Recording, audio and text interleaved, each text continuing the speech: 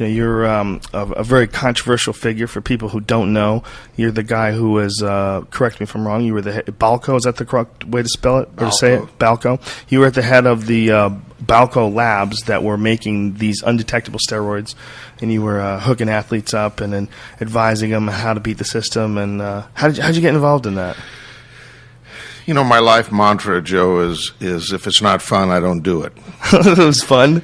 So I was having fun. Right. It was the challenge of being in the trenches and, being involved in a number of projects and a number of sports and going after those historic records. I decided, what is it that I really like to do? And that was be in the trenches and help athletes and try to do historic things. So whether it be go to the Super Bowl with teams or go to World Championships or Olympics or whatever it was, we would set specific goals, like the Tim Montgomery project called Project World Record. We set out. I recruited and hired a bunch of people, including Ben Johnson's coach, Charlie Francis, to create the world's fastest human. Was one of the projects that we had. And we did end up eventually doing that. Jesus Christ. So you looked at it as sort of a science project sort of a thing. The challenge and the fun and the excitement, a lot of people thought because it was an IRS-led investigation that it was all about the money. That's absolutely the farthest thing from the truth.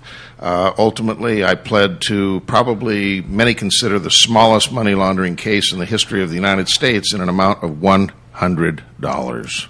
And how long did they put you in jail for that? I spent 4 months in a minimum security prison camp where they were smoking weed and no. Oh yeah, it was a sports complex. Was it really? Yeah. So you just worked out and hung out and stuff? Well, to make a long story short, the first morning when I woke up, and it was kind of a university campus-like setting, and I walked out, and in the middle of the courtyard was a huge sign, and it said sports complex. Basketball, football, baseball, soccer, bocce ball, volleyball, handball. Wow. And I looked, around, and there was about 500 guys there. And they all had all sorts of equipment. There was a soccer game and a baseball game, and right. all going on. And then I looked over and I saw the rec center, and I walked over to that and walked in, and there were 6 pool tables and 6 foosball tables and 6 ping pong tables. And then I went through this door, and it was this huge music department. 3 different musical groups were practicing, and I said, well, do they have concerts here? Oh, yeah, we have a routine. On Friday nights, we have the bands play, and we have concerts outside. That's brilliant. And then that sounds awesome. This is my first, 10 minutes out on the compound. I started walking around with some guys around the walking track, and I said, are they smoking weed here? I said, yeah, you want some weed? Get the out of here. I said, listen, I don't want anything to do with this kind of stuff. I don't want to, get in any more trouble than I'm already in. Do they test people? How could you smoke weed don't they test them? Well, first of all, there's no fences around the place. Right. About every 200 feet, they have a sign on a stake that says out of bounds. Now, I got there in December 1st of 2005. That Christmas, about 25 guys just walked out to the freeway and had the road and had their families pick them up, and they left. Wow. So it was kind of an honor system. But, yeah, anything that you wanted, alcohol, any and every type you wanted was $20 for 8 ounces. They had meth. They had steroids. They had cocaine.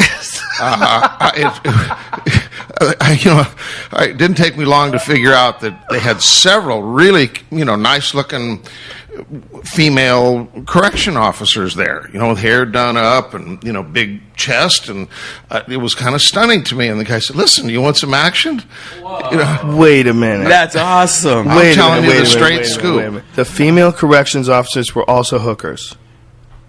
My understanding is, on average, they you were know making about $30,000 a month. I'm going to jail. You know how many dudes are trying to go to jail right now? Dudes with fat bank accounts that hate their wives. It's like, get me near a pool table, and I can play basketball with the boys. Let's all get arrested together. Please arrest me. I swear to God. Holy The guy they have cubes. It's a 12 by 12 concrete block that are 6 feet high, not cells. They just have an open door. And this young kid came in that same first day that I was there, and my cubie was a guy named Evil, was his name. And he said, Evil, I'm going to have to do something bad because I'm scheduled to go home tomorrow. And I said, well, you're scheduled to go home and you want to stay here? He said, yeah, if I go home, I got to start paying rent. Oh, wow. Well, that really does happen to people, right? They become really institutionalized. There's people that they go to jail for a long time and they become like almost programmed. They have a real hard time adjusting.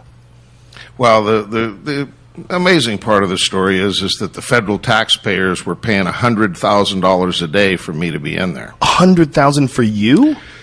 Just yeah, for you? ABC Nightline News, Martin Bashir announced that night that I went in, they had a special, and he said that they had spent investigating and prosecuting me. Of course, I was the first one in.